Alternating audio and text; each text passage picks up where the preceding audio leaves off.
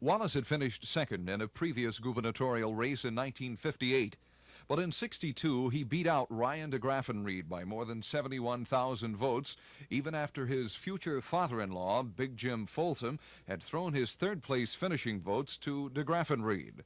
During his inaugural address, Wallace made the now famous call for segregation now, segregation tomorrow, and segregation forever. Wallace had finished second in a previous gubernatorial race in 1958, but in '62 he beat out Ryan de Graffenried by more than 71,000 votes, even after his future father-in-law, Big Jim Folsom, had thrown his third-place finishing votes to de Graffenried. During his inaugural address, Wallace made the now famous call for segregation now, segregation tomorrow, and segregation forever.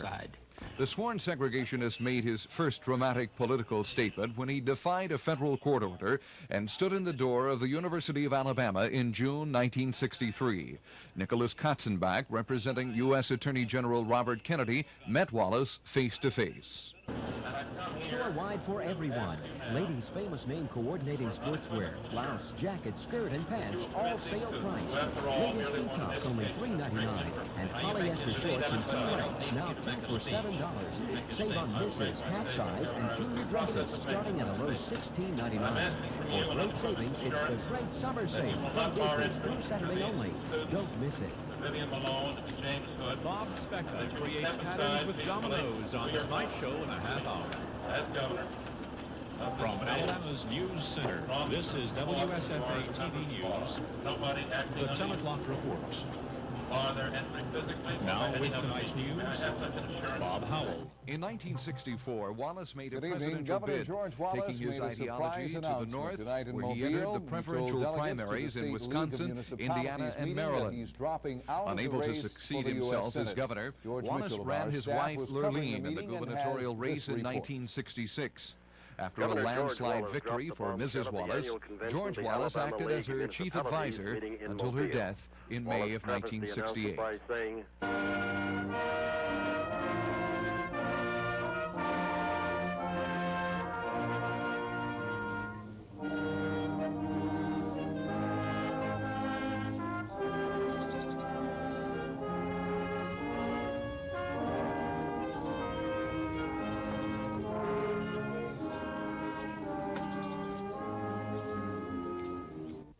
Wallace ran for president again in 1968. He succeeded in getting on the ballots in all 50 states, and when the votes were counted, he had received more than $10 million for his third-party attempt. Back at home in 1970, Wallace faced stiff opposition from Albert Brewer, the former lieutenant governor who had moved into the governor's chair after Lurleen Wallace's death. Brewer outpolled Wallace in the primary by a slim 7,000 votes, but Wallace came back to win in the runoff by 34,000 votes. In 1971, the governor married Cornelia Snively, the ex-wife of a Florida citrus businessman. Cornelia Wallace was to become a prominent member of the campaign effort in the following year. But tragedy struck the presidential aspirations when Wallace was shot in a shopping center campaign stop in Laurel, Maryland.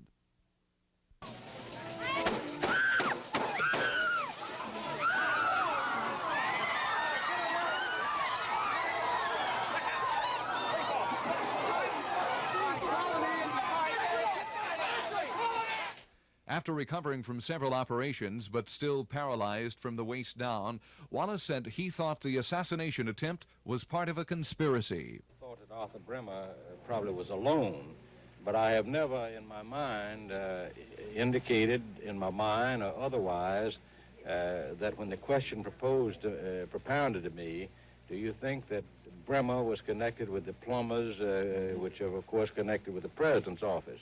And I want to say emphatically that I do not, under any circumstances, want to imply one iota that the President of the United States knew I had anything to do with my being shot. I have always said there were some questions about him, about the shooting, that were unanswered in my mind.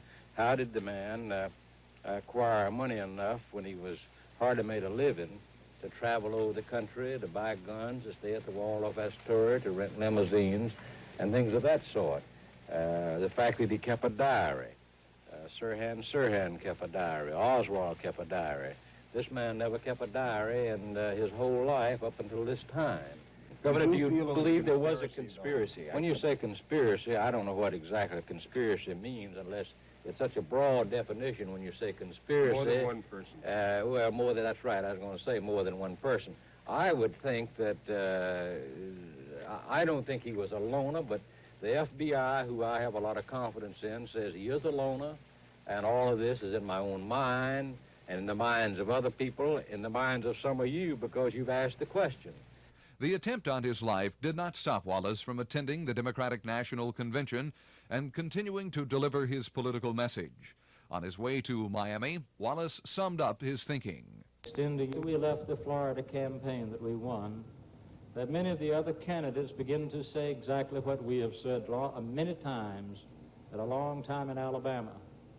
And many of the columnists, in fact, most of them, and most of the large newspapers in the United States wrote that George Wallace had caused the other candidates to realize the issues that confronted the American people, realize those matters that were bothering the average citizen of the country. But I say to you that it was not George Wallace. It was a great mass of the average citizenry of the states that I visited, such as those of you who assembled here today. The governor was re-elected in 1974 to serve an unprecedented third term in Alabama as governor. But during this latest stay in office, his differences with members of the state legislature, in particular the Senate, began to take a top priority. I, of course, appreciate very much the fact that the people of Alabama have allowed me to serve as their governor, along with any individual in the history of the state. And therefore, it is with some misgivings, of course, that I come before you in this sense that I am very appreciative and humble because the people of Alabama have been extremely good to me and to my family. And I've tried to serve them faithfully all these years. I do know that the people of Alabama have done more than the people of any state in our union to change the attitudes of many people in our nation regarding positions and programs that are now talked about by people all the way from the president to those in the state houses across our country. As late as 2 weeks ago, Governor Wallace assured his supporters that he was ready for the race for the U.S. Senate seat to be vacated by John Sparkman. He emphasized that health was no issue in the campaign. Well, how's Wallace's health? Well, I've told you about I've dealt with the legislature for 12 years, and ain't many folk can put up with that or stand it, but I want to tell them my health is just as good as theirs, for the simple reason that some of their thinking is being crippled in the head. But Wallace changed his mind last night, announcing his withdrawal in what was thought to be a routine speech to the State League of Municipalities convention in Mobile. That even though you've been very generous and kind to me,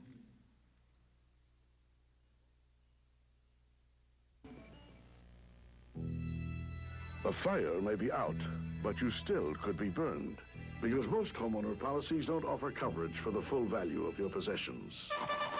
But the Cavalry does. Kemper will replace what you lose at today's prices with no depreciation. Based on your deductible and policy limits, you can buy full replacement value coverage on personal property from Kemper. The Kemper Insurance Companies. We're riding hard to serve you better.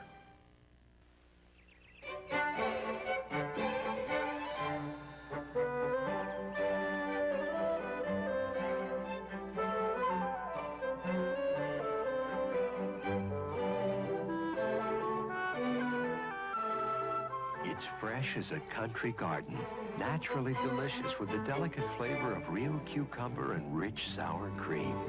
It's Kraft Creamy Cucumber, one of the salad wonders of the world. Our lead story tonight dealt with the fact that Governor George Wallace has withdrawn from the U.S. Senate race. We went out tonight and asked men and women on the street in Montgomery what they thought about the governor's announcement. Just withdrew from the Senate race. Do you have any reaction to that? I think he should have stayed with it. I mean, I think he could have gone up. Well, the way I really feel about it is that I think he probably could do a better job of being governor of the state. I think he made a good decision. I really do. And I think that maybe if someone else was to get the Senate race, he would remain here in Alabama, but do a good job here as the governor of the state. I'll stay with Prosper. I think he should have stayed because he's a good man and also I like him. Well, I think it's about time. Well, personally, I think it would be a better job as a governor than it would senator because, like I say, some people around here don't like him anyway, and I think he would be a better job being governor than senator. Personally, I feel that he would have been a good senator because he really gets the job done, and he's shown that in the past years or past whatever time he spent as a senator, whatever time he spent as governor, he has shown that in the past. And I think he would have really done an outstanding job as senator. An attorney for indicted State Treasurer Melba Till Allen today asked that all charges against the state official be dropped. Bill Weaver has more from the Judicial Building in downtown Montgomery on this latest move. What was filed today was a writ of mandamus, a petition seeking an order from the Court of Criminal Appeals directing the trial court to dismiss all indictments against Mrs. Allen. This latest legal move is based on the separation of powers doctrine, questioning the legislature's right to control or supervise the activities of an equal arm of state government. The petition says that under those circumstances, the legislature cannot impose a code of conduct or other restrictions upon the performance in office of the state treasurer as an equal constitutional officer. That being the case, the petition says that the trial court has no jurisdiction to hear it, since no offense is stated in the indictment. The writ is apparently a last effort. Attorney Fuller believes that the Court of Criminal Appeals will rule in favor of Mrs. Allen. If not, then it's on to a regular trial. From the State Court of Criminal Appeals, Bill Weaver, WSFA TV News. The Alabama Court of Criminal Appeals has affirmed the conviction of death row inmate John Jacobs.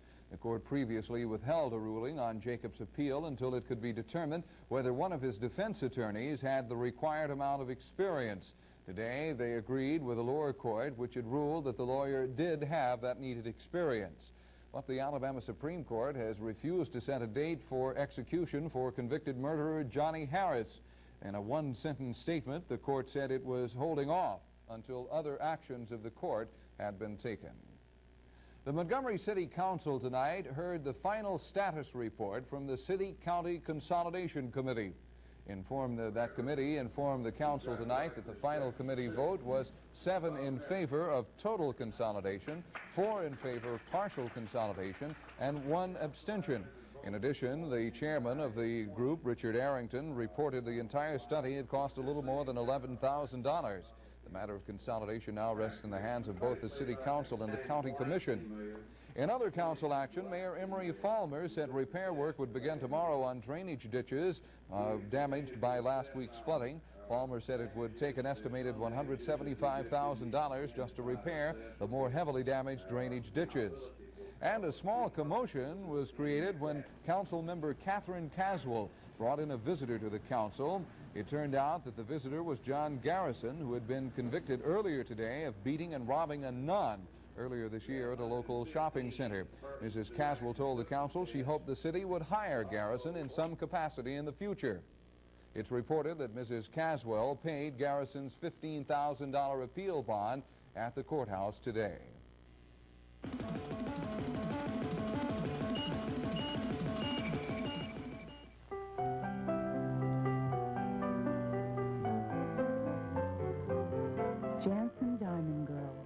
Like the summer sea. It's easy, it flows, it's me.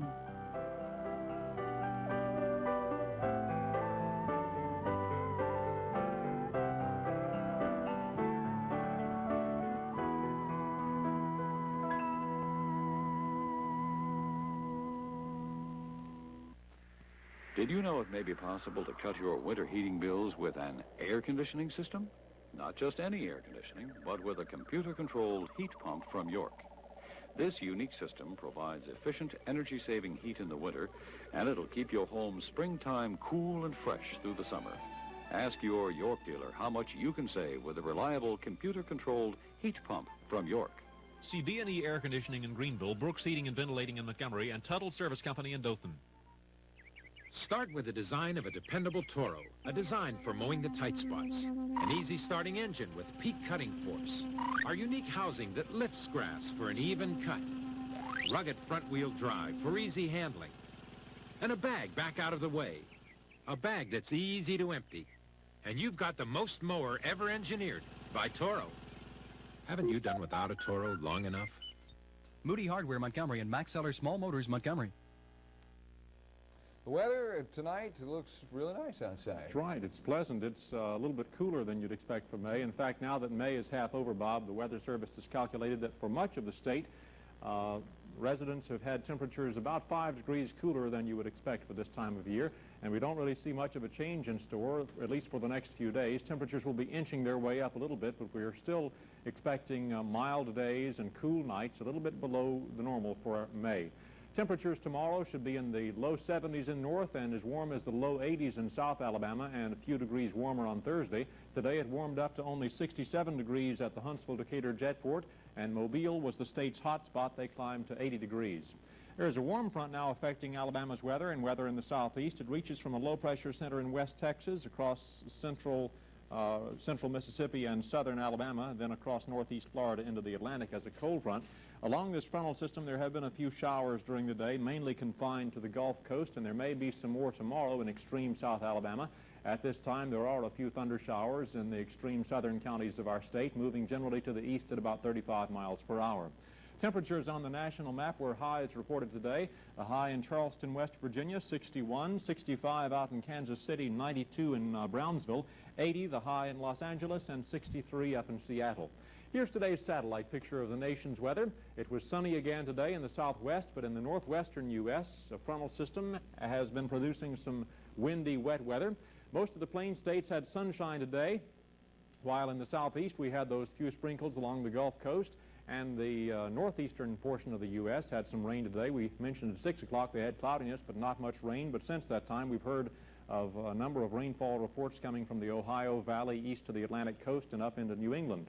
Around the regional map now, skies are generally fair to partly cloudy. The temperatures in neighboring states were reported 1 hour ago, when the coolest city, as usual, was Atlanta with 60, and the warmest city was New Orleans and 77. Right now, it's 64 degrees in Selma, Auburn-Opelika 59, 67 in Dothan. At Danley Field, 62 Fahrenheit, that's 17 Celsius. Skies are partly cloudy, and there is no wind at the moment. The low temperature this morning was 52. Today's high was 75. Relative humidity is now 72%, and the barometer is 29.84 and rising. The sun will rise tomorrow at 5:46, setting at 7:38, and at 7 this morning, Lake Martin's level at 489.8 was showing no change from yesterday, and Lake Jordan at 251.4 was down by 1/10 of a foot. The forecast calls for fair and cool tonight, partly cloudy with a warming trend Wednesday through Thursday. The low tonight 55, high tomorrow 78, and the winds are expected to be variable, less than 10 miles per hour. That's the weather, Bob. Thank you, Dan. A rural Millbrook, Alabama man made a safe landing on the interstate highway north of here tonight with a single-engine plane. The pilot was identified as James Traylor of rural Route 1 Millbrook, Alabama, who told FAA authorities that his plane had developed a rough engine and then radio contact was lost. A trailer with 2 passengers on board the single-engine Mooney aircraft landed at Interstate 65 near the intersection of US 31. He landed safely, and neither he nor any of his passengers was injured. Again, that plane set down about 9:45 tonight at the intersection of I-65 and US 31 near Clanton. All 3 people aboard are safe.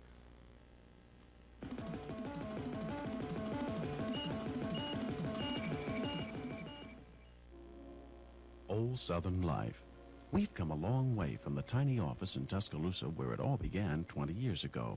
Today, from our headquarters in Montgomery, Old Southern Life offers its 100,000 policyholders financial security with a full range of life and medical coverage.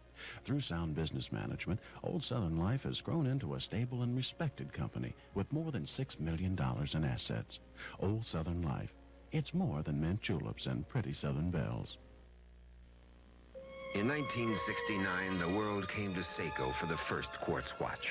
Today from Seiko comes the world's largest collection of quality quartz watches for men and women. Slim day-date styles, liquid crystal digitals, ultra-thin dress models.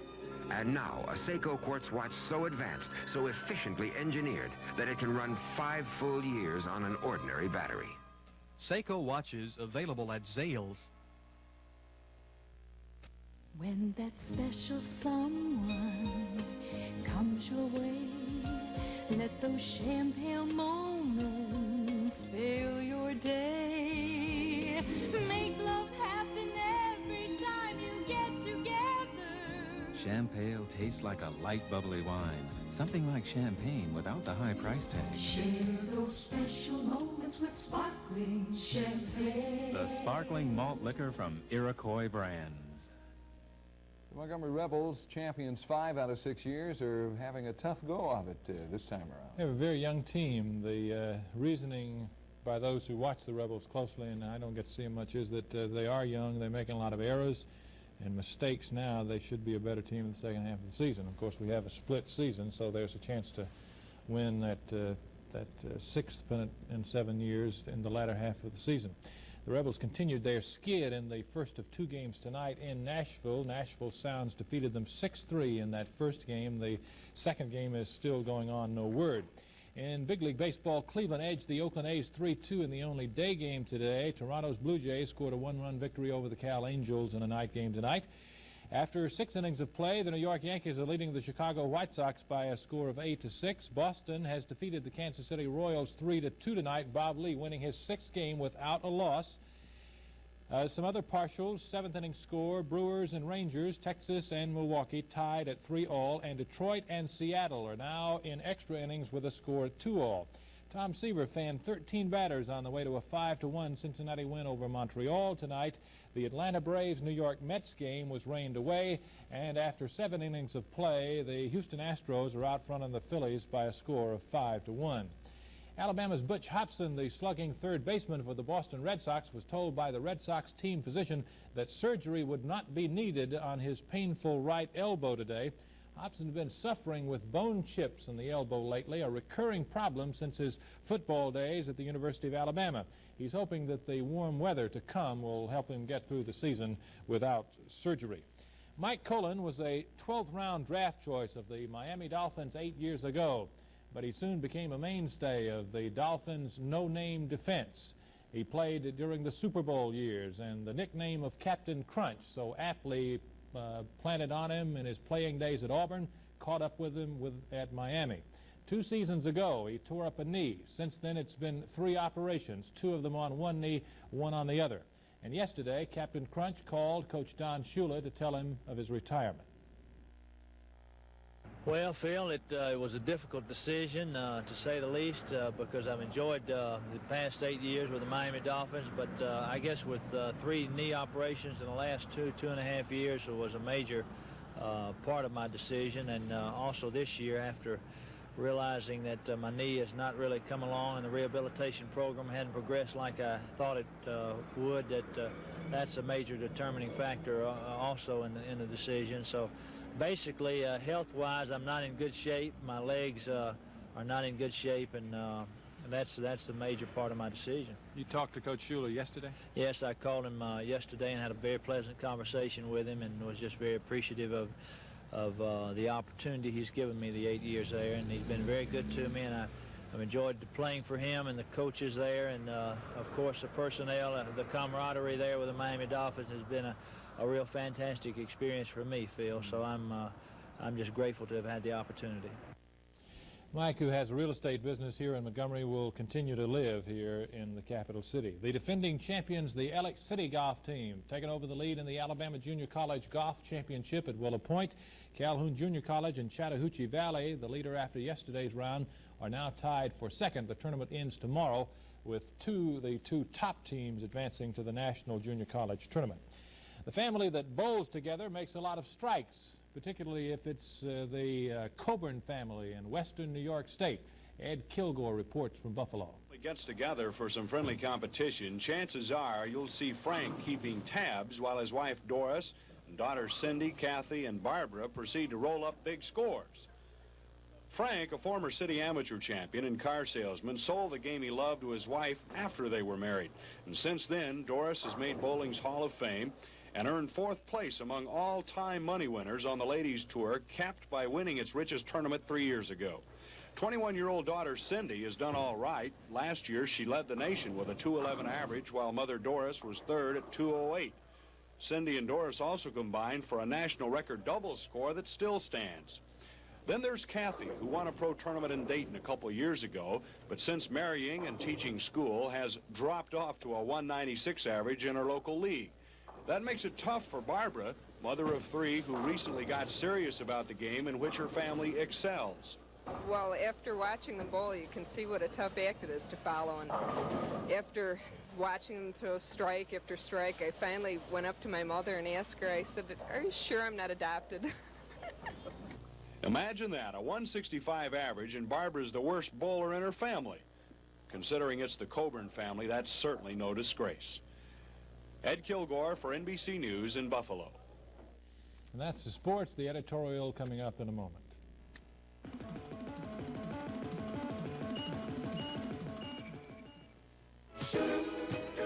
Did you know that Penelope Allen has shoes?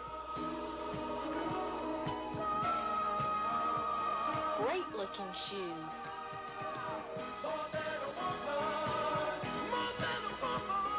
And this week only, they're 25% off. Penelope Allen in Peachtree Mall, Columbus, and Eastdale Mall, Montgomery.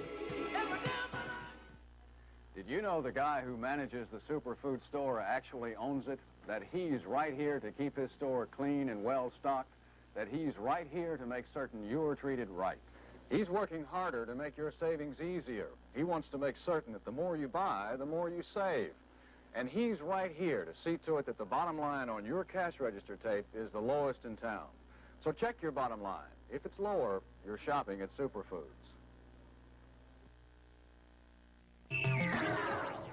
I come from Decon. I bring you the power to destroy bugs. Observe. Decon Professional Formula Ant and Roach Killer. Fastest killing roach spray you can buy. And Decon Foregone. Automatic room fogger. Wipes out bugs in a whole room. You'll find special power in every bug killer that bears the name Decon. Decon Bug Killers. More power to you. Now, a WSFA TV editorial. This is that time of year when high school and college graduates begin a period of nail biting, wondering if they'll be lucky enough to land a job. This summer, some nail biting may indeed be in order, because the short-range forecast for jobs is not encouraging. The placement supervisor for the Alabama State Employment Service says the job market is not especially good for high school and college graduates wanting employment quickly. He does say those persons stand a fair chance of being placed in jobs soon if they're willing to be underemployed. By that, he means they may find a job, but probably not in the area for which they were trained.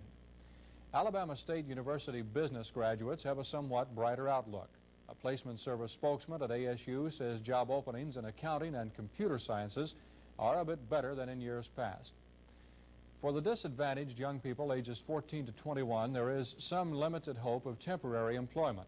Federal funds coming to Alabama under the CETA program will provide salaries for 14,000 young persons to be employed during the summer months.